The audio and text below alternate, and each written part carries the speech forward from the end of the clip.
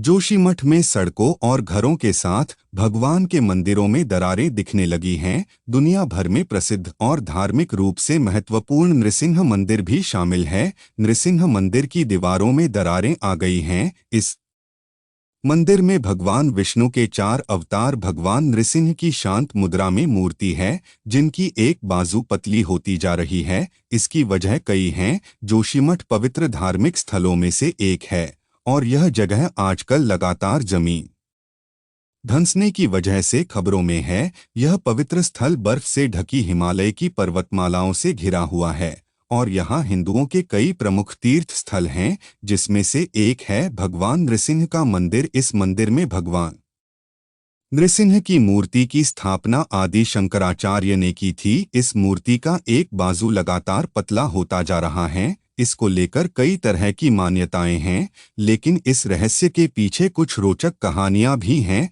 आइए जानते हैं, आखिर क्यों पतले हो जा रहे हैं। जोशीमठ में भगवान नृसिंह के हाथ। जोशीमठ के प्रसिद्ध नृसिंह मंदिर में साल भर लोगों का आना जाना लगा रहता है और बताया जाता है कि यह मंदिर करीब 1000 साल पुराना है। ठंड के मौसम में भगवान बद्रीनाथ इसी मंदिर में आकर विराजते हैं। यह भगवान बद्रीनाथ की शीतकालीन गद्दी है।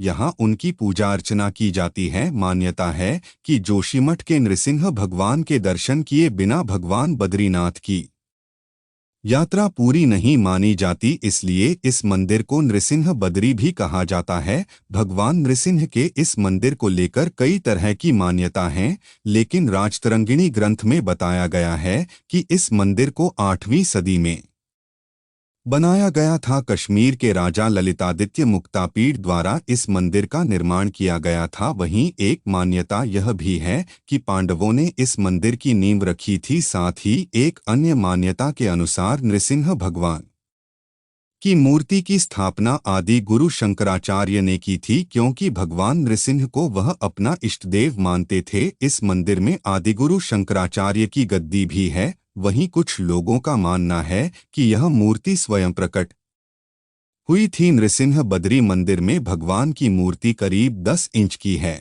और यह शालिग्राम पत्थर से बनी है। मंदिर में भगवान नृसिंह की मूर्ति एक कमल पर विराजमान है। भगवान नृसिंह के अलावा मंदिर में बद्रीनारायण, कुबेर, उद्धव की मूर्तियां भी विराजमान हैं। वहीं भगवान नृसिंह के राइट साइड की तरफ राम, सीता, हनुमान जी और गरुड़ की मूर्तियां भी स्थापित है और लेफ्ट साइड में कालिका माता की प्रतिमा स्थापित है। मंदिर में स्थित भगवान नृसिंह की प्रतिमा की राइट हैंड साइड की भुजा पतली है और यह हर साल धीरे धीरे पतली होती जा रही है। केदारखंड के सनत कुमार संहिता में बताया गया है कि एक दिन भगवान नृसिंह का यह हाथ टूट कर गिर जाएगा। जिस दिन यह घटना होगी, नर और नारायण नाम के पहाड़ आपस में मिल जाएंगे और भगवान बद्रीनाथ के दर्शन नहीं हो पाएंगे। तब जोशीमठ के तपोवन क्षेत्र में भविष्य बद्री मंदिर में बद्रीनाथ के दर्शन होंगे। भविष्य बद्री मंदिर के पास एक पत्थर है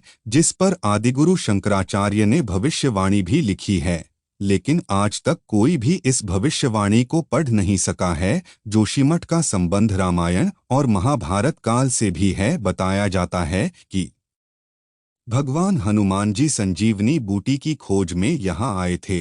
तब उनका युद्ध कालनेमी असुर से हुआ था। जहाँ पर हनुमान जी ने असुर को मारा, वहाँ की जमीन आज भी लाल कीचड़ जैसी दिखाई दे रही है। एक कथा जोशीमठ में प्रचलित है कि एक समय में यहाँ पर वासुदेव नाम के एक राजा का शासन था। एक दिन राजा शिकार खेलने के लिए वन में गए हुए था। इसी समय भगवान नृसिंह राजा के महल में पधारे और महारानी से भगवान नृसिंह ने भोजन के लिए कहा।